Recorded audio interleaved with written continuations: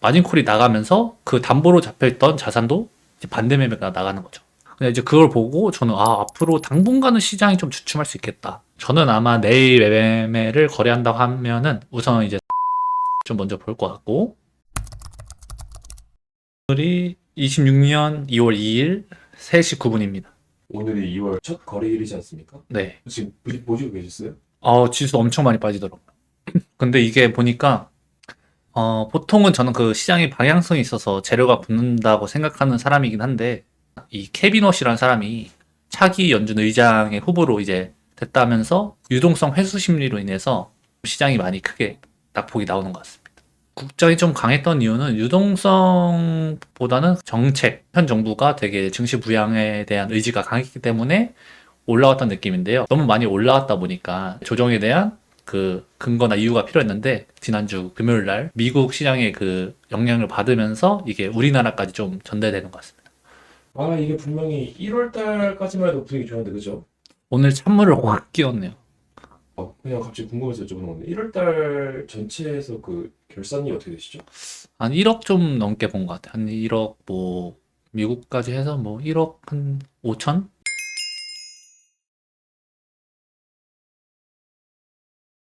1억 5천? 네, 한 달 만에? 그렇죠. 야, 오늘은 어떻게 좀 잘 방어하셨나요? 네. 오늘은 그냥 약수익? 좀 솔직히 말하면 시장에 비해 많이 못 본 느낌이 강해서, 오늘 그래도 대금이 받쳐주고 변동수익 받쳐주면 수익을 낼 수 있겠다, 이런 마인드로 장초반 한 3, 400 정도 수익이 났었는데, 시장이 너무 꺾이다 보니까 다 날리고 운전하고 그냥 그거 다시 양전을 돌리고 오늘 이렇게 마무리했죠. 오늘 주로 거래하신 종목은 뭐였어요? 반도체 관련주 과대낙폭 들어갔는데, 제주 반도체나 한미 반도체를 좀 들어갔고, 너무 빠져서 약수 있게 팔았고요. 그리고 최근에 시세가 잘 나왔던 계양전기를 오늘 일부 좀 들어갔습니다. 당일 거래로는 덕양 그 신규주 있잖아요. 이제 지수가 많이 빠질 때 역시나 이제 풋 느낌으로 많이 올라주더라고요. 그거에서 단기 거래는 플러스로 전환하고 오늘 매매를 이렇게 마무리했죠. 그 계약연기는 그러면 오늘 거래 말고 조금 가져가실 생각으로 사는 거예요? 근데 한 일주일 정도 보려고요. 대금이 조금 들어왔던 놈이라서 그래도 약간의 반등은 나오겠지 하는 이런 기술적 반등 느낌으로 잘 움직이고 끼가 좀 있는 놈인 것 같아서 오늘 진입한 겁니다. 연준 의장 지명에 대한 정확하게 어떤 일이 있었던 거고 지금 그 영향이 어떻게 펼쳐지고 있는 건지 좀 설명 좀 해주시겠어요? 음, 저도 이 케비넛이라는 사람을 솔직히 이번에 처음 봤거든요. 근데 이제 좀 찾아보니까 이 양적 완화에 대해서 되게 좀 그 안 좋게 생각하는 사람이라고 하더라고요. 양적 완화를 하면 가난해지는 건 결국 이제 일반 서민일 뿐이다, 이런 생각을 갖고 있는 사람이다 보니까 아무래도 그 사람이 이제 차기 연준 의장이 되면은 이 시장에 돈을 뿌리는 데 있어서 좀 되게 비판적일 수 있기 때문에, 지금까지는 이제 차세대 연준 의장은 트럼프 측근이겠거니 하고 시장의 유동성이 이제 퍼지겠구나 하고 그런 분위기가 지배적이었다가, 갑자기 찬물이 확 끼얹으니까 회수 심리가 확 작용하면서 주가가 굉장히 많이 조정을 받고 있는 것 같아요. 대표적으로 원자재 같은 경우는 뭐 금도 엄청 하락했는데, 더해서 이제 은 같은 경우가 거의 선물로는 마이너스 30% 가까이 빠졌다 하더라고요. 어떤 트리거가 있었는지까지는 알겠는데 그렇다고 하더라도 하루 만에 원자재가 30% 빠지는 일이 일어나는 건 저도 솔직히 말하면 너무 많이 빠졌다, 이런 생각이 들긴 하더라고요. 몇 프로까지 빠질 거 이거는 신이 아닌 이상 모르기 때문에, 그냥 이제 그걸 보고 저는 앞으로 당분간은 시장이 좀 주춤할 수 있겠다. 왜냐면 이 원자재 같은 경우에는 워낙 시가총액이 큰 그런 대상이잖아요. 그러다 보니까 이제 뭐 기관 이런 쪽이 좀 거래를 하는데, 걔네들은 또 이제 담보를 잡고 이제 레버리지 상품을 거래를 하거든요. 근데 그 담보 같은 경우에는 뭐 다른 주식일 수도 있고 뭐 다른 자산일 수도 있다 보니까 마진콜이 나가면서 그 담보로 잡혀있던 자산도 이제 반대 매매가 나가는 거죠. 그래서 딱 그냥 봤을 때 온 원자재가 엄청 빠졌대 할 수 있겠지만, 그거를 통해서 파생되는 연쇄작용이 좀 있을 수 있다 보니까 시장이 조금 분위기가 더 안 좋게 흘러가는 것 같습니다. 최근에 은 급등세가 엄청 어마무시했잖아요. 맞아요. 그러니까 그것 때문에 되게 급하게 롱포지션 구축한 세력들도 많이 있었을 것 같고 네. 그러니까 이제 뭐 오늘 빠졌지만 그걸 담보로 있던 뭐 A라는 주식의 반대 매매가 나갔을 거고 연쇄작용이 있을 수 있다, 이런 생각을 하고 있습니다. 혹시 비트코인도 그 중에 하나 가능한 대상일까요? 아무래도 비트코인을 담보로도 거래도 했을 수 있을 것 같고, 뿐만이 아니라 이제 가장 유동성이 민감한 자산이라고 하잖아요, 이 가상화폐가. 주말 사이에 더 빠졌더라고요. 이거는 좀 생각보다 시장의 반응이 꽤 크게 작용하는구나 이런 좀 생각이 들더라고요.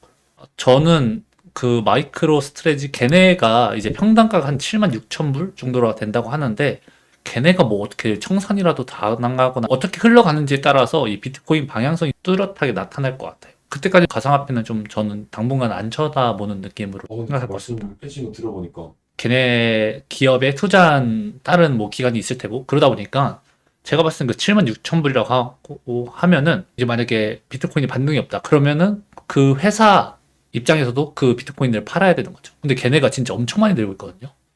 한 몇십만 주 이렇게 들고 있었던 것 같은데 그게 이제 시장에 확 그 매물이 나와버리면 그 비트코인으로 인해서 또 하락하면서 또 그걸 통해서 연쇄되는 시장에 충격이 있을 수 있고 그렇다 보니까 좀 지금은 좀 멀리서 좀 지켜봐야 되는 상태인 것 같아요. 그래도 걔네들은 좀 기관이다 보니까 이 장내 거래소 말고 장외 거래소라고 이제 OTC 마켓이라고 있는데 기관들이 많이 이제 사고 파는 거기에서 좀 물량을 정리할 것 같긴 해도 그래도 가격에 있어서 충격이 없을 순 없겠죠. 비트코인 막 ETF 처음에 통과돼가지고 분위기 좋고 하던 게 진짜 엊그제 같은데. 맞아요. 아니 저도 그런 쪽에도 조금 관심이 있다 보니까 틈틈이 보거든요. 근데 진짜 한 2055년 하반기부터 이 가상화폐 지금까지 되게 어려운 것 같아요. 아 진짜 제가 가상화폐를 이렇게 보면서 이렇게 어려운 시장이 있었나? 이렇게 가상화폐가 어려운 적이 있었나? 라고 느낀 게 좀 거의 처음이에요. 또 지금 기관 자금들이 많이 들어와 있으니까 원래 옛날만큼 가상자산으로서 필요한 움직임이 안 나오고 현실 주식처럼 꼬이기 시작하는 것 같아요. 맞아요. 이것저것. 난이도가 확실히 이것도 좀 올라가는 것 같다. 이런 느낌이 들더라고요. 이 세계의 자금들 자체가 옛날이랑 다르게 레버리지화를 일으킨 게 너무 익숙해져 있어서 한 재작년쯤부터는 왜 이렇게 자주 일어나 싶을 정도로 사이드카가 우습게 보이잖아요. 빚으로 돌아가는 시대? 그게 뭐 자본주의의 결말이다 뭐 이런 것도 들어봤는데 가끔은 뭔가 이럴 때 나도 바뀌지 않으면 안 되는 것 같기도 하고 준비가 항상 좀 돼 있어야 되는 것 같아요. 근데 솔직히 진짜 많이 올랐잖아요. 뭐 제가 지금 너무 공포스럽게 얘기한 부분이 있기도 한데 그냥 빠질 타이밍이었다고 좀 생각하거든요. 그래서 제가 일주일 전에 이제는 옥석 가리기 시장 그래서 앞으로는 지키면서 벌어야 할 때인 것 같다라고 이렇게 조심스럽게 영상 올렸었는데 현 정부가 목표로 했던 5천까지 도착했고 특정 종목들 한해서만 수급이 쏠림이 나타나는 시장이 될 수 있다고도 생각이 드는데요. 한마디로 그래도 주식을 할 줄 아는 사람들이 수익을 내는 옥석 가리기 시장으로 말이죠. 저는 이제 빠질 때 됐네 이런 생각이 좀 우선적으로 들더라고요. 물론 이제 일주일 사이에 엄청난 대금과 더 크게 상승한 종목들도 있었지만 이게 사실상 이게 머리에 팔려고 하면 끝이 없거든요. 그렇다고 지금 빠진다고 해서 막 엄청 이게 하락할 거냐 그렇게도 생각은 들지 않기 때문에 오히려 지금은 좀 내가 평소에 너무 사고 싶었는데 그동안 공부하면서 너무 좋은 기업인 것 같아 하면서 사고 싶었는데 못 샀던 종목이 있으면은 살 수 있는 기회가 되기도 하고 반대로 지금 이제 좀 빠지면서 주가의 관계가 좀 꺾이니까 이제는 엄청 공부하면서 새로운 종목을 찾아야 할 기회의 시간인 것 같습니다. 천 의원님 평소에 말씀해주신 거 뭐라면 오늘 표현해주신 워딩 되게 강력한 바이콜인 건데? 그쵸? 오늘 이렇게 사는 건 아니고 솔직히 말하면 저는 이게 빠지더라도 단계라는 게 있잖아요. 그래도 변동성을 좀 즐기는 트레이더이기 때문에 이제 언제 눌리나 이런 생각을 좀 갖고 있었는데 이제 좀 눌리니까 제가 좀 관심 있게 봤던 종목들을 조금씩 이제 분할로 사거나 광기 때문에 손이 안 나갔던 종목들도 좀 적극적으로 공략할 수 있는 그런 상태가 돼요. 그런 의미로 또 개항정비도 약간 쓰는 느낌이. 이거는 그냥 뭐 안 가면 한 4일 들고 있다가 안 가면 잘릴 것 같기도 하고요. 솔직히 말하면 단기 스윙 이렇게 하시는 분들은 사실상 이미 1월부터 그 종목을 들고 넘어왔을 가능성이 크거든요. 그렇다 보니까 그런 분들은 좀 오늘이 좀 되게 전체적인 계좌에 있어서 꺾였을 수도 있죠. 만약에 내가 지금 종목보다는 이제 현금의 비중이 많다 하면은 오히려 저는 좀 기쁠 것 같아요. 며칠 들고 가는 사람일지라도 이제부터는 이 종목 좋아 보였는데 잘 됐다 하고 더 빠지면 그때부터 좀 분할로 살만한 시기인 거죠. 그 살만한 종목을 추리는 것도 천 의원님께서 말씀해주신 것처럼 산업과 기업 공부하는 그 공부에서 나온 거잖아요. 맞죠. 그 큰 축도 여전히 AI 쪽 관련일 수밖에 없는 거고. 네. 아니면 적어도 그냥 삼성전자나 하이닉스 이게 어느 정도 좀 많이 빠졌다 싶을 때쯤이면 저라면 좀 살 것 같아요. 이게 그래도 들어온 돈이 있기 때문에 그래도 양심 반등이라 해야 될까? 그런 게 있거든요. 주식시장에 있어서 유동성이라는 측은 엄청 큰 소재이긴 하지만 그렇다고 이 삼성전자나 이 하이닉스가 근본적으로 기업에 있어서 뭐 펀더멘탈이 손색된 부분이 없잖아요. 그렇기 때문에 저는 우선은 지금은 그렇게 생각합니다. 오늘 보니까 좀 페닉스까지 아니고 차트나 뭐 일본봉 이런 단위로 봤을 때 꽤 하락폭이 깊게 빠진 종목들이 있더라고요. 좀 호가가 많이 비어있는 느낌? 그렇다 보니까 물량이 많이 안 나와도 주가가 많이 내려가고 그런 부분이 있더라고요. 그렇다 보니까 확실히 대금이나 뭐 시장의 관심이 그날 확실하게 터지는 종목 한해서 압축해서 매매를 하는 게 좋을 것 같긴 합니다. 이게 너무 시장이 그동안 과열돼 있다 보니까 원래 저 이렇게 맨날 풀장 안 뛰거든요. 근데 진짜 1월 달은 어쩔 수 없이 이 모니터 앞에 앉아 있어야 되는 느낌도 강했고, 그리고 이게 좀 사고 싶은 종목들도 안 빠지고 가니까 뭔가 포모도 많이 오고 이랬거든요. 그러니까 이제 수익은 나지만 스트레스가 계속 생기는. 근데 오히려 지금은 좀 확실히 차분하게 매매를 할 수 있고 그렇다 보니까 좋을 것 같습니다. 저는 아마 내일 매매를 거래한다고 하면은 우선 이제 3표 시멘트를 좀 먼저 볼 것 같고, 뭔데 그건? 그건 아마 정원호 이제 정치 관련주 쪽으로 알고 있거든요. 그리고 이제 그나마 아직까지는 대금이랑 변동성이 좀 따라와주는 덕양에너지 정도를 장시작 좀 관심주로 하고 좀 매매를 이어갈 것 같아요. 오늘 좀 전체적으로 증시가 엄청 크게 하락했는데 하락폭이 크게 맞은 분들도 계시겠지만 이게 저는 진짜 추세 반전이다 라고 이렇게 생각하진 않거든요.